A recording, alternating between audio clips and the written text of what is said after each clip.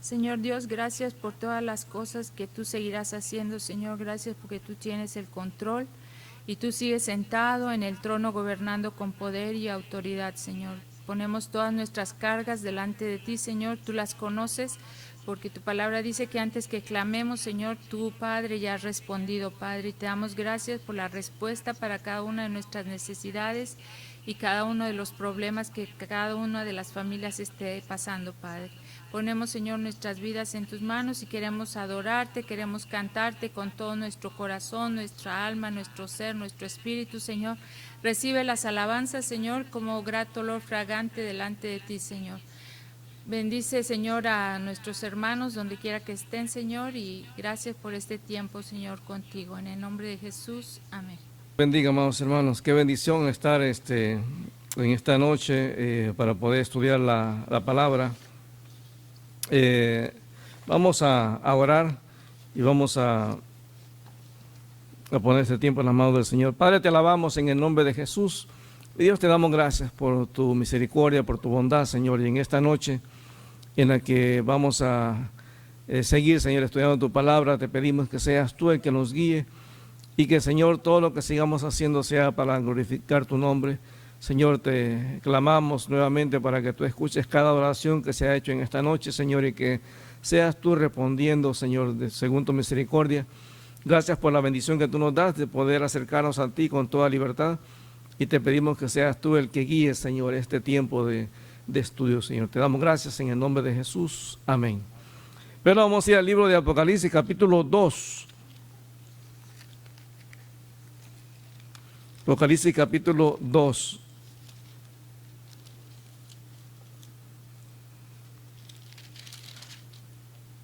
Estamos viendo el viernes pasado acerca de la iglesia de Éfeso.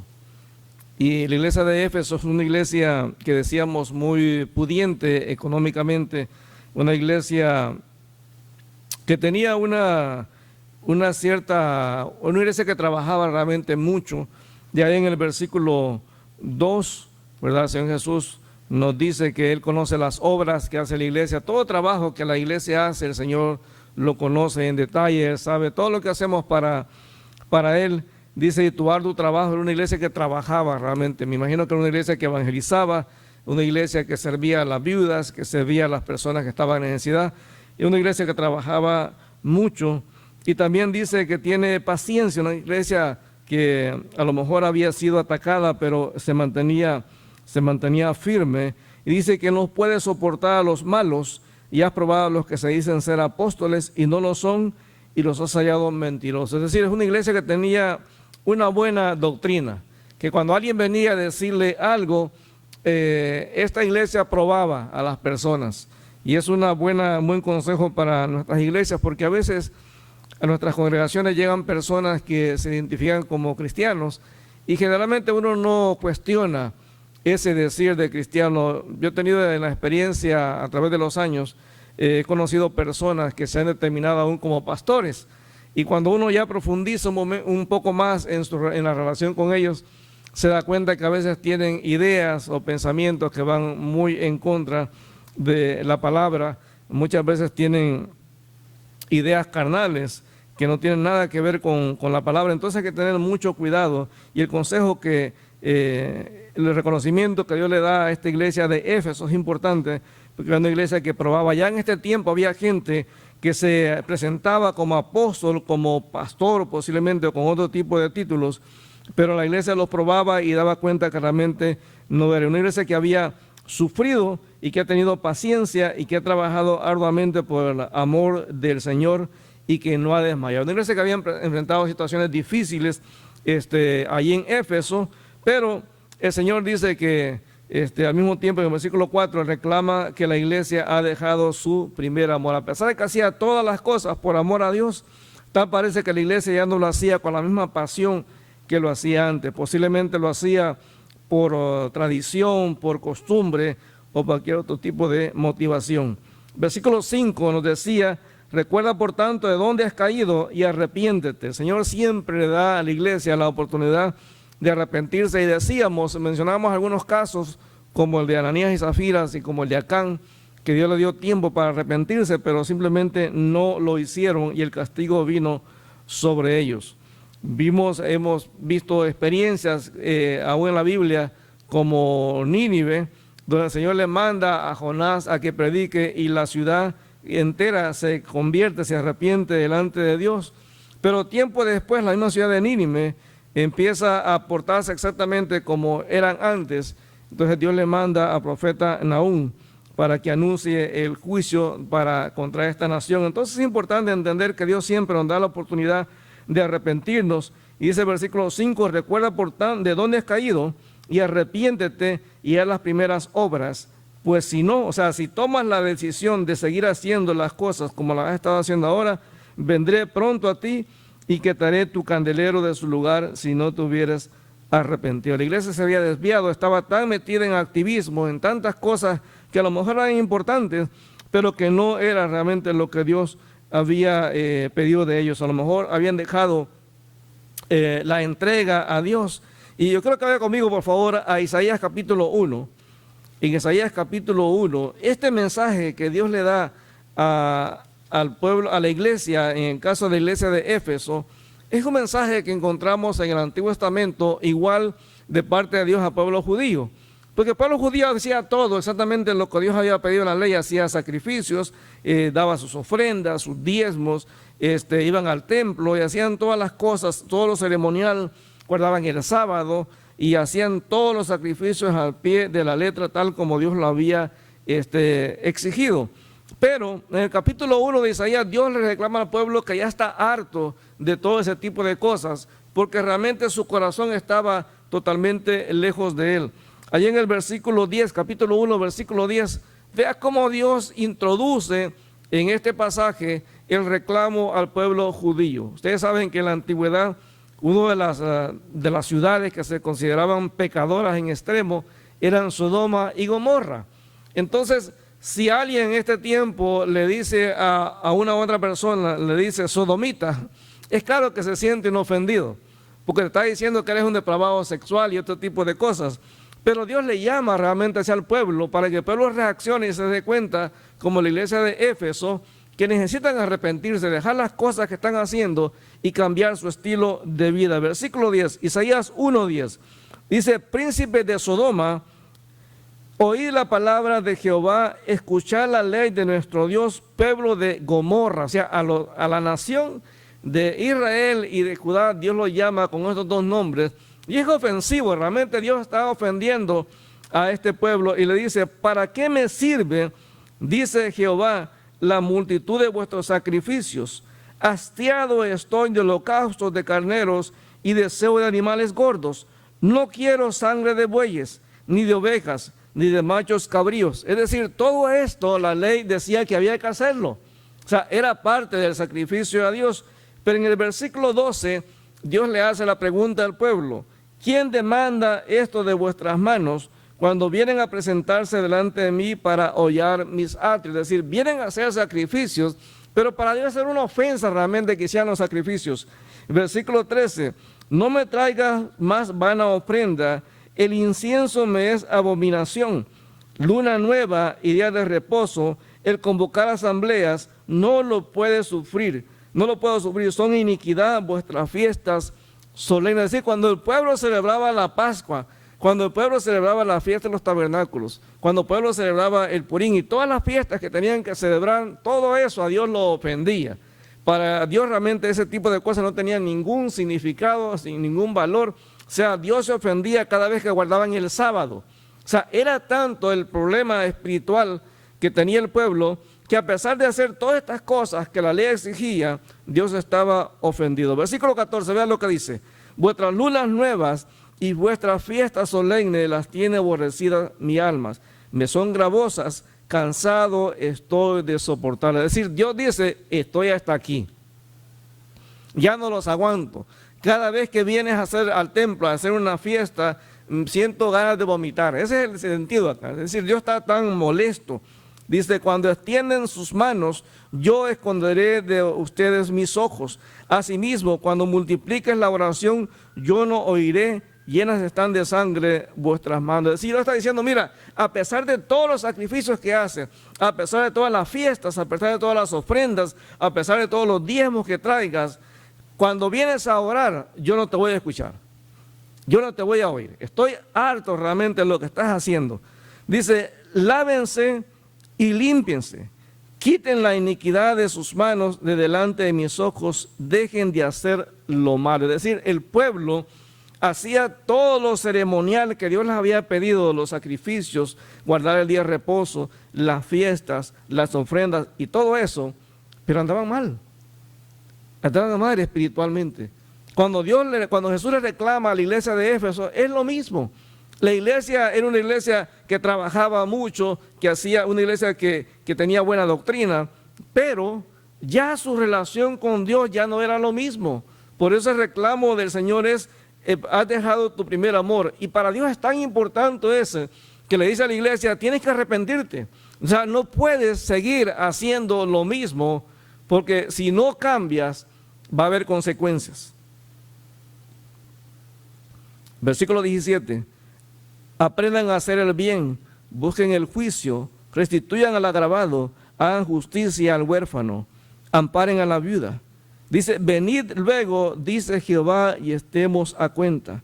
Si vuestros pecados fueren como la grana, como la nieve serán emblanquecidos. Si fueran rojos como el carmesí, vendrán a ser como blanca lana. Si quisieran y oyeran, comerán el bien de la tierra. Si no quisieran y fueran rebeldes, serán consumidos a espada, porque la boca de Jehová lo ha dicho. Exactamente el mismo mensaje que a la iglesia de Éfeso. Una iglesia que era muy activa, una iglesia que a lo mejor cuando alguien llegaba a esa iglesia decía, wow, aquí realmente esta iglesia está bien comprometida. Posiblemente tenía un impacto tremendo en la ciudad, pero era una iglesia que para Dios realmente era una iglesia que ofendía a Dios, porque no amaban a Dios de la misma manera que realmente Dios esperaba que hicieran. Versículo 6, todavía Dios le da ánimo. Dice, pero tienes esto, que aborrece las obras de los nicolaitas, las cuales yo también aborrezco. Esta vez tenían buena doctrina. Es una iglesia que me imagino cuando el pastor o los que enseñaban la palabra se paraban a enseñar, la gente decía, wow, esta gente sí es bíblica, esta gente es cristocéntrica. Esta gente a lo mejor se manifestaban los dones ahí en la iglesia, un montón de cosas. Si usted va a la carta de Éfeso, uno ve que en esa carta es una carta con buena doctrina. Ahí se nos habla, por ejemplo, lo que se ha determinado como los dones ministeriales, que dice en Efesios 4 que Dios estableció a unos como apóstoles, como evangelistas, como profetas, como pastores y maestros. Ahí se nos habla de la personalidad del Espíritu Santo. Ahí se nos habla en esa carta a la iglesia de Éfeso de la predestinación. Se nos habla de la lucha espiritual, se nos habla de la llenura del Espíritu Santo. O sea, era una iglesia con buena doctrina, pero que a pesar de todo eso, habían cosas que Dios estaba reclamando. Y el versículo 7, que es el versículo que quiero que nos concentremos en esta noche, en el versículo 7, vean lo que Dios le dice a la iglesia. Y es interesante porque desde el versículo 1 hasta el versículo 6, tal parece que es Jesús el que viene hablando a la iglesia. Pero en el versículo 7 cambia y dice, el que tiene oído oiga lo que el Espíritu dice a las iglesias.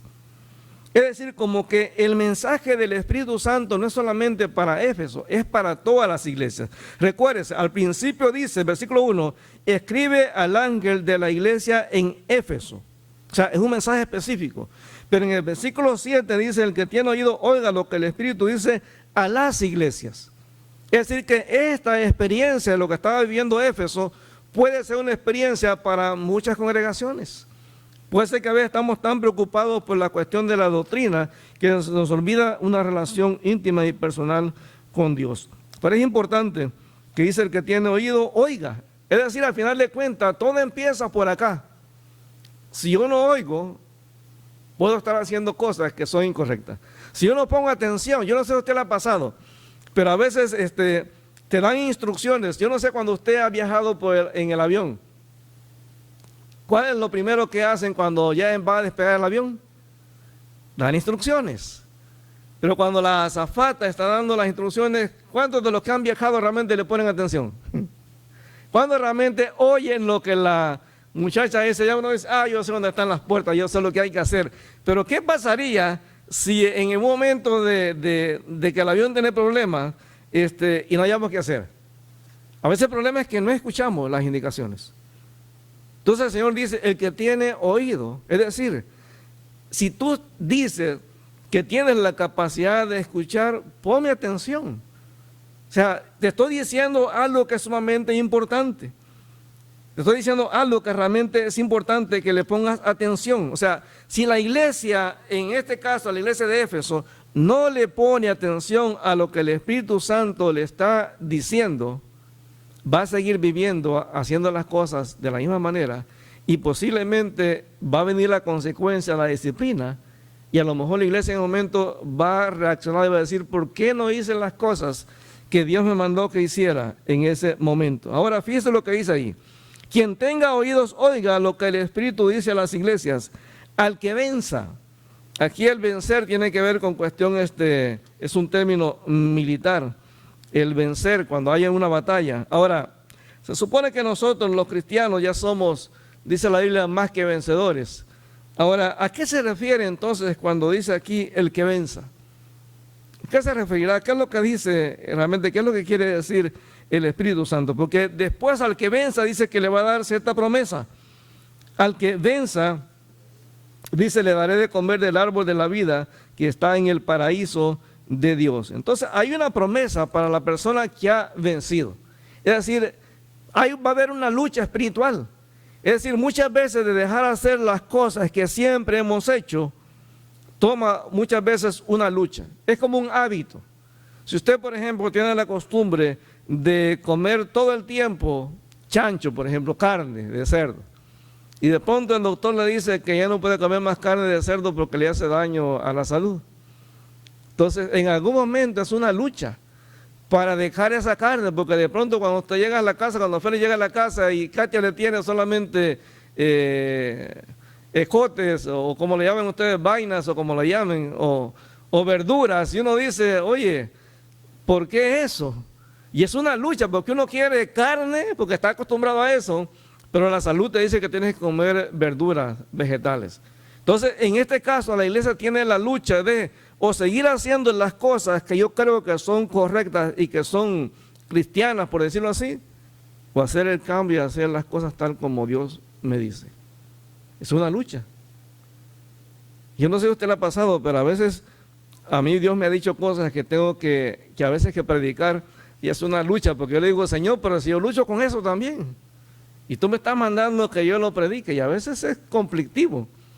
A mí me ha pasado que a veces estando en la alabanza, dirigiendo la música, y en ese momento Dios me cambia totalmente el sermón. Y he tenido que dejar a un lado las notas y empezar a predicar otro pasaje. Y a veces después del culto digo, Señor, pero yo estoy luchando también con eso. Es duro, porque la costumbre, ya lo que hemos hecho siempre, nos cuesta realmente dejarla de un lado. Entonces, pero el Señor dice, el que tenga oído, oiga. Al que venciere, le daré de comer del árbol de la vida. Cuando hablamos del árbol de la vida es una referencia, ¿se acuerdan? A Génesis capítulo 2, versículo 9. Vaya conmigo, por favor, a Génesis 2, versículo 9, donde se menciona el árbol de la vida. Y Dios le dice a la iglesia de Éfeso que si ellos empiezan a hacer las cosas motivados por el amor genuino hacia Dios, Él le va a dar la bendición, la oportunidad de que coman del árbol de la vida. Génesis 2, en versículo 9.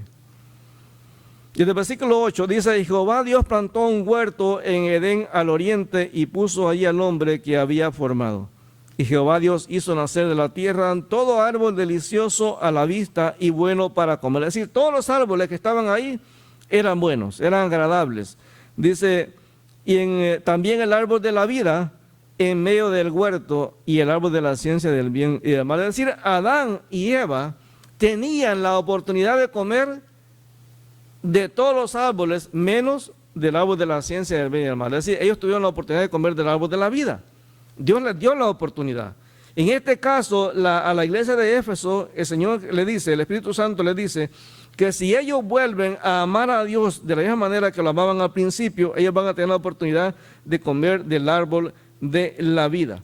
Ahora, en versículo 16, siempre capítulo 2, versículo 16.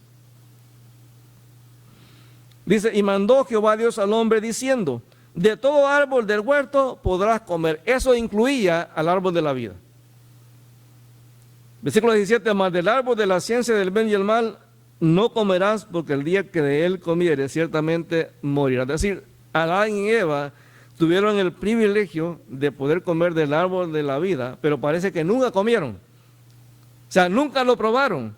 Y la prueba es que ahí en el capítulo 3, siempre de Génesis, en capítulo 3, siempre de Génesis, después de que el hombre y la mujer han ya comido del fruto del árbol de la ciencia del bien y el mal, dice allí en el capítulo 3, en el versículo 21, dice, Jehová Dios hizo al hombre y a su mujer túnicas de piel y los vistió. Y dijo Jehová Dios, he aquí el hombre es como uno de nosotros, sabiendo el bien y el mal. Ahora pues, que no alargue su mano y tome también del árbol de la vida. Es decir, Adán y Eva escogieron el árbol de la ciencia del bien y el mal y despreciaron el árbol de la vida que les podía dar vida para siempre, porque eso es lo que dice el versículo ahí, en el versículo 22, dice, y tome también del árbol de la vida y coma y viva para siempre. Es decir, perdieron la oportunidad de oro, escogieron algo que era prohibido por algo que era eterno y algo que estaba permitido para él. Entonces Dios le dice a la iglesia de Éfeso que si ellos vuelven a amarlo con el mismo primer amor que lo amaban antes, Dios les va a dar la oportunidad de comer de ese árbol de la vida. Es un buen negocio, ¿no? Es una buena oferta, una buena promesa. Entonces ellos tienen la oportunidad, y sigue diciendo allá en el capítulo 2 de Apocalipsis, dice que el Señor le dice a la iglesia de Éfeso que ese árbol está en el paraíso de Dios. Ahora, muchos han pensado que el paraíso es el mismo cielo. De hecho, el Señor Jesús le dijo al ladrón allá en la cruz, le dijo, hoy estarás conmigo en el paraíso. Ahora, podemos conjeturar, mucha gente ha dicho que es el cielo, otros han dicho que es un lugar intermedio entre el cielo y la tierra. Nadie sabe, hermano. Realmente nadie sabe. Uno puede conjeturar, pero realmente no sabemos. Lo único que sabemos es que el Señor le dice, el Espíritu Santo le dice a la iglesia que Dios le va a permitir comer de este árbol de la vida que está en el paraíso de Dios. Ahora, me gustaría enfatizar algo acá, porque allí en Hechos capítulo 13, una de las cosas importantes en este versículo 7 de Apocalipsis capítulo 2, Apocalipsis capítulo 2, versículo 7. Una de las cosas importantes que el Señor menciona, y es que el Espíritu, dice, tenemos que escuchar como iglesias lo que el Espíritu dice.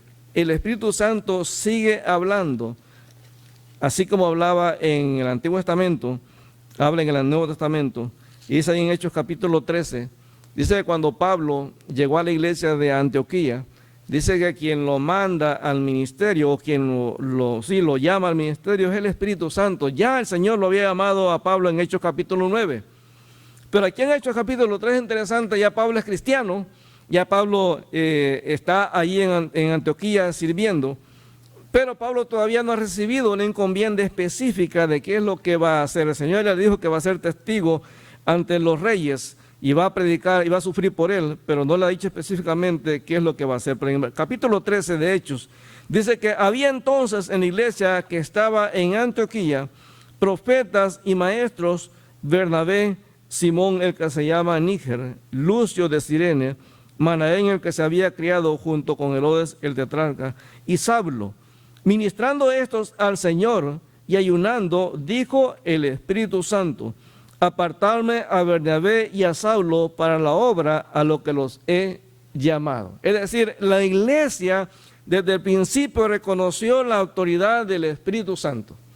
Ahora en este tiempo quien guía a la iglesia es el Espíritu Santo. Entonces es importante lo que nos dice Apocalipsis capítulo 2, versículo 7, de que nosotros como iglesia, sin importar la denominación, es bueno, es adecuado, es necesario que como iglesia empecemos a ponerle atención a lo que el Espíritu Santo nos dice. La gente se va a los extremos cuando hablamos del Espíritu Santo. Hay gente que piensa que el Espíritu Santo ya no habla en este tiempo.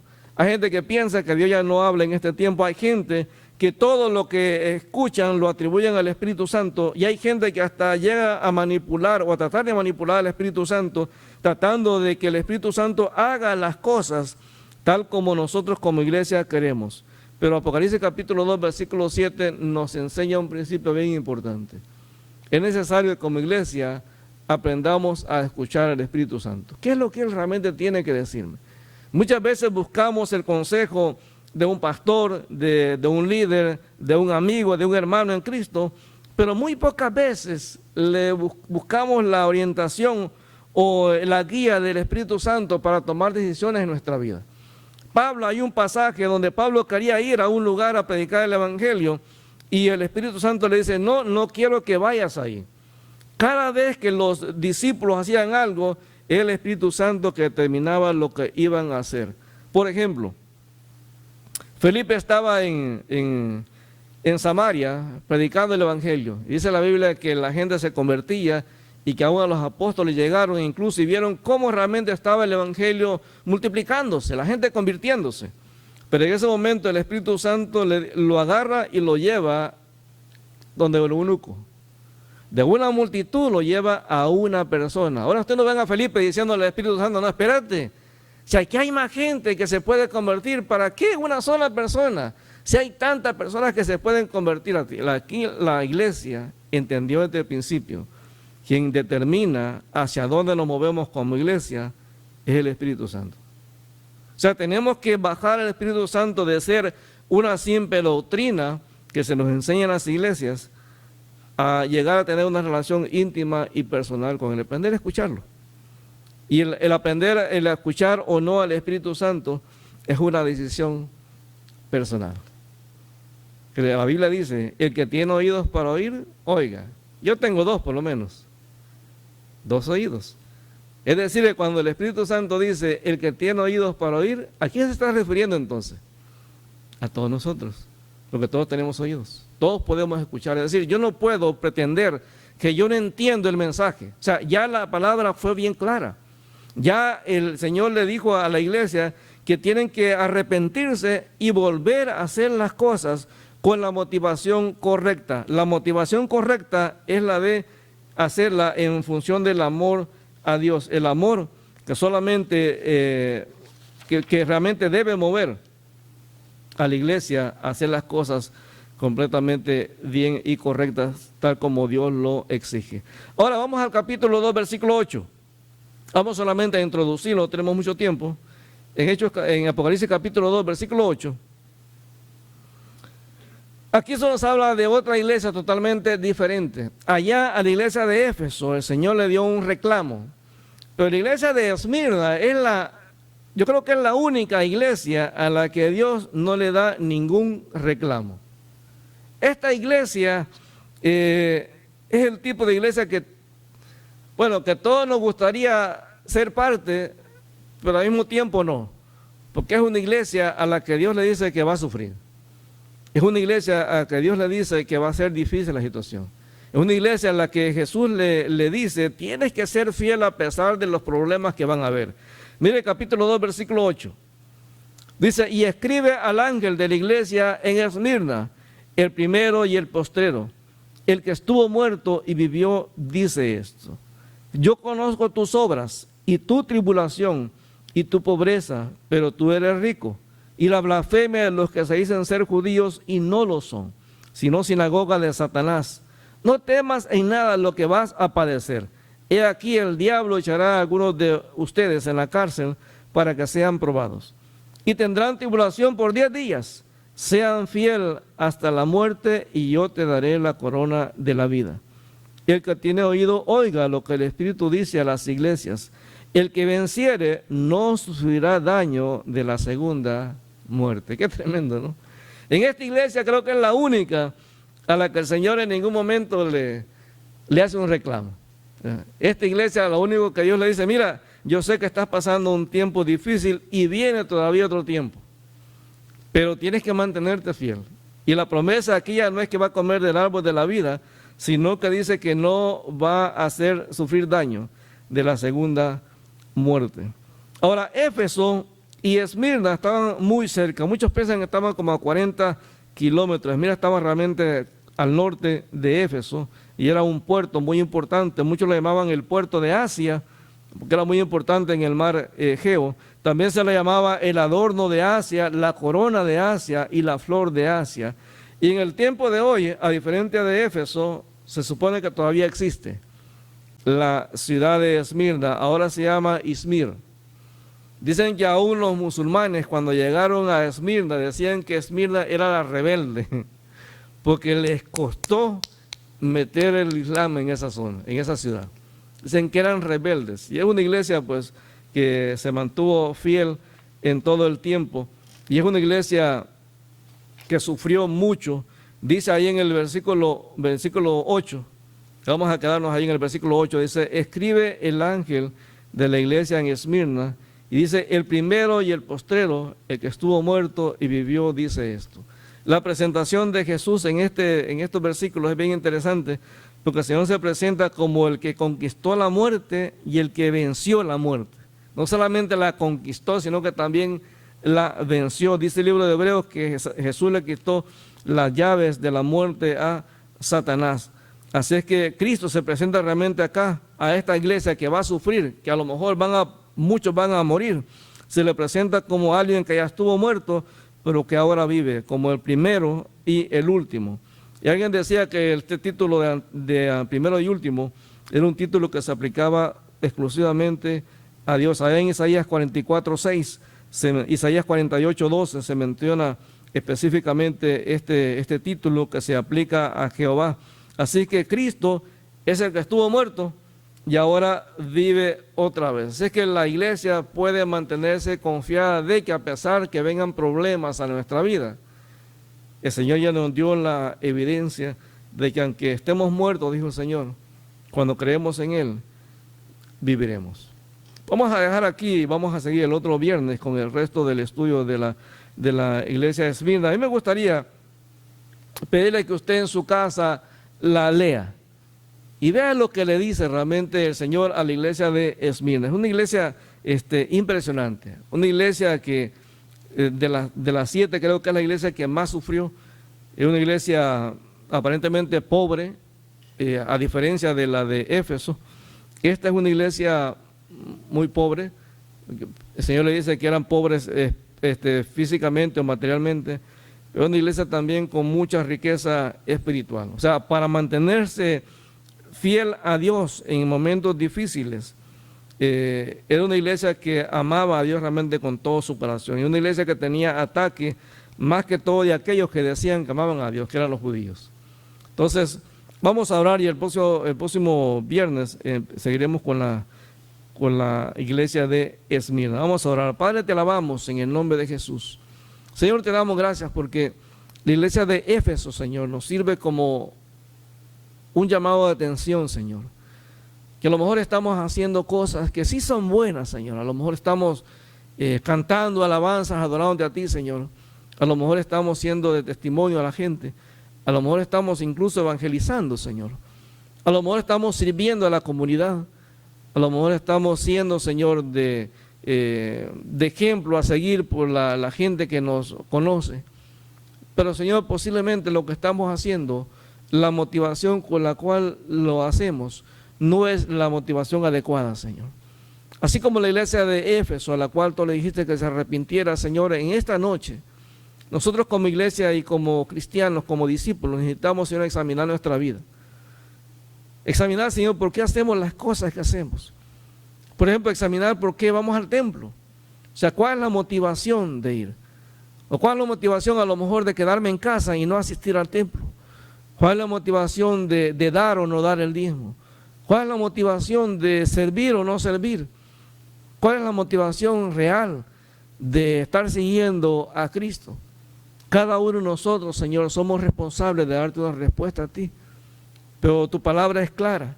Tu palabra dice, Señor, que nos arrepintamos, examinemos nuestra vida, nos demos cuenta de dónde hemos caído, nos arrepintamos, Señor, y luego volvamos a ser exactamente como éramos al principio.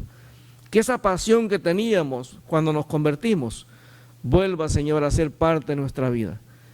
Que cuando, Señor, estemos en la vida diaria, Señor, esa relación contigo, esa intimidad contigo, sea lo más importante para nosotros, Señor. Padre, te damos gracias en esta noche y te pedimos, Señor, que tu Espíritu Santo sea el que nos hable a cada uno, Señor, y cada uno de nosotros pueda dar una respuesta, Señor, y que podamos ser sensibles a lo que tú nos estás diciendo en esta noche. Señor, que como iglesia podamos abrir nuestros oídos espirituales y podamos, Señor, escuchar lo que tu Espíritu Santo nos está diciendo y que podamos darle a Él la respuesta que Él realmente esté esperando, una respuesta en la cual digamos, Señor, que estamos dispuestos a reconocer nuestro pecado y que estamos dispuestos a arrepentirnos y a cambiar nuestra manera de vivir, Señor. Padre, te damos gracias en esta noche, mi Dios, y te bendecimos. Te pedimos, Señor, que tú bendigas a todos aquellos que hemos estado acá en esta noche, a los que están conectados por Zoom, Señor, y a los que verán después, Señor, este mensaje, este estudio, a través de las redes sociales. Mi Dios, te damos gracias por lo bueno que eres. Y te pedimos que tu paz y tu bendición esté con nosotros a cada momento, así como lo ha estado hasta ahora, Señor. Te damos gracias, mi Dios, en el nombre de Jesús. Amén.